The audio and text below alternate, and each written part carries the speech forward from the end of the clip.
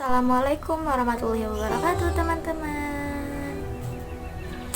Jadi di video kali ini dia mau kasih tips, terus mau kasih saran juga agar kita gitu ya, para ukti yang belum diizinin pakai cadar itu diizinin pakai cadar sama orang tua.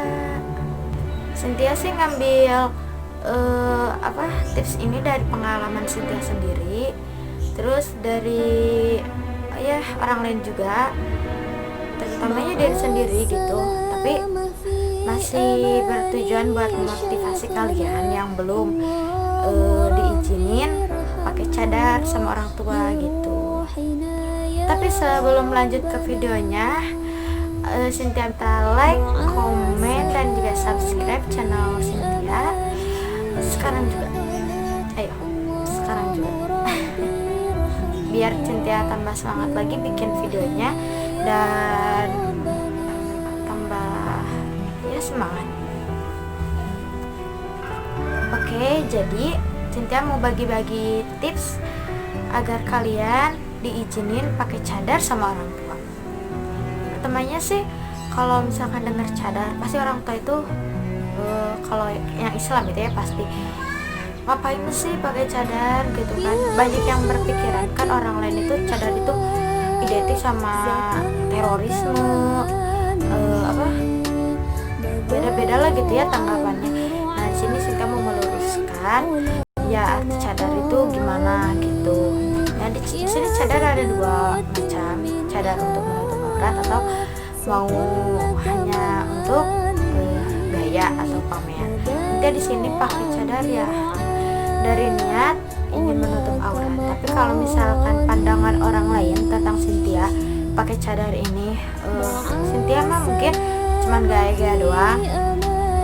Ya udah nggak apa-apa, terserah mereka aja. Tapi kan udah ditekadin dalam hati gitu ya. Udah ini niatnya pingin tutupin aurat gitu. Tapi orang tua juga ngelarang bukan karena nggak sayang ataupun gimana, karena mereka tuh ya takut gitu, takut kan kalau misalkan di jalan lihat ada wanita bercadar kan kalau dulu gitu ya waktu zaman PKI atau apa gitu ditembak gitu kan, takut gitu kan, orang tua pasti takut terjadi yang kayak gitu. Sebelumnya sih Cynthia juga nggak diizinin pakai cadar karena ya di lingkungan Cynthia, satu nggak ada yang bercadar, kedua ya karena tanggapan orang lain tentang cadar itu ya kayak negatif gitu ya, ketiganya ribet katanya gitu, keempatnya karena di keluarga kita juga katanya nggak ada yang pakai cadar gitu, kenapa kok kamu beda aliran gitu, katanya sih beda aliran gitu. Tapi menurut aku sih enggak, sama-sama aja, paling yang beda itu kayak ada Persis, Muhammadiyah, terus Nahdlatul Ulama gitu kan. Tapi kan Cynthia di sini ikutnya Nahdlatul Ulama. Ada juga sih saudara yang Persis, jadi beda pemahaman gitu tentang cadar. Jadi tipsnya gini ya, pertama kita tuh harus ngerubah sikap perilaku kita terhadap orang tua di rumah ya, di lingkungan gitu, yang asalnya misalkan jarang sholat, ngajinya jarang, sholatnya misalkan masih bolong-bolong gitu, ngelawan orang tua, susah disuruh. Nah kita harus ubah itu kan, jadi modal pertama kita tuh buat ngeyakinin orang tua agar kita tuh diizinin pakai cadar gitu. Terus kita juga harus rajin sholat juga ya pasti, biar kata orang tua tuh, oh iya bener, semenjak dia pingin pakai cadar misalkan dia jadi rajin sholatnya gitu. Tapi kita diniatin karena Allah, bukan karena pengen hanya karena pengen pakai cadar gitu, jadi sholat aja gitu, enggak, karena Allah gitu kan, biar dapat pahala. Nah yang kedua, kita harus yakinin dulu ke orang tua bahwa cadar itu menutupi aurat atau misalkan positif gitu. Terus ajak orang tua kita ke majelis. Nah waktu itu juga Cynthia gitu, ayo mbak ikut ke majelis, gimana enaknya gitu. Waktu diajak ke majelis banyak yang pakai cadar juga kan. Oh iya, mungkin ya berpikir karena apa anak-anak orang lain juga kok dibolehin tuh, malahan ya bagus gitu pergaulannya, nggak melenceng gitu. Ketiga, kita harus benar-benar yakin teguh sama pendirian kita pengen pakai cadar.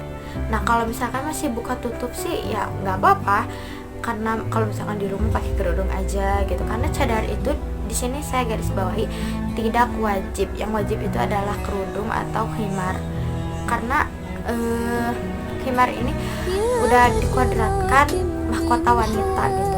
Jadi gak mungkin lah sekarang pengen pakai cadar ya ke orang tua bilang, tapi kita ya sendiri belum pakai kerudung gitu kan aneh. Terus buat tips yang selanjutnya ke berapa sih? Lupa. Ya, yang keempat, kita harus bisa mengubah kondisi rumah. Ya misalkan asalnya berisik suara dangdut, suara K-pop apa gitu ya. Nah kita ganti sama sholawatan teman-teman. Nah tahu nggak, sholawatan itu bisa nyembuhin penyakit. Nah sekarang lagi corona kayak gini kan, kita harus banyak sholawatan gitu biar banyak berkah, terus penyakit pada hilang. Gak usah peduli tanggapan orang lain terhadap kita teman-teman. Jadi kalau misalkan ada yang bilang, ah ngapain pakai cadar, dia anak teroris mungkin gitu kan, atau dia ngikutin aliran sesat, jangan sampaikan kita benci ke orang itu atau ngehasut orang lain buat nggak suka sama orang itu juga. Jadi kita harus tunjukin aja, ini aku pakai cadar, aku nggak apa-apa, malah aku lebih soleh, malah aku lebih terjaga. Jadi jangan sampai mereka bilang kayak gitu kita jadi down gitu, dan nggak akan mungkin kita hidup, nggak akan ada tanjakannya. Nah di situ ujian-ujian itu kan melalui omongan orang gitu. Jadi nggak usah dipikirin sih menurut aku ya. Kalau ada yang bilang kayak gitu ya udah nggak apa-apa, iyain aja. Karena menurut aku orang-orang yang ngomong kayak gitu nggak tahu sirik, nggak tahu benci sama kita, nggak tahu emang nggak suka ya, emang karena kita manusia gitu ya, ada yang suka ada yang enggak. Jadi ya udah nggak apa-apa, terserah mereka aja.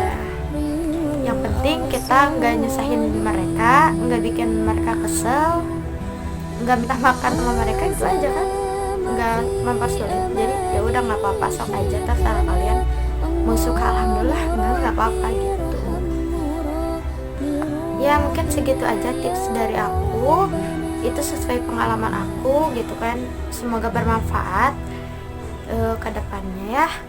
Semoga memotivasi kalian juga yang belum bisa diizinin, semoga diizinin pakai cadar, dan semoga istiqomah yang udah pakai.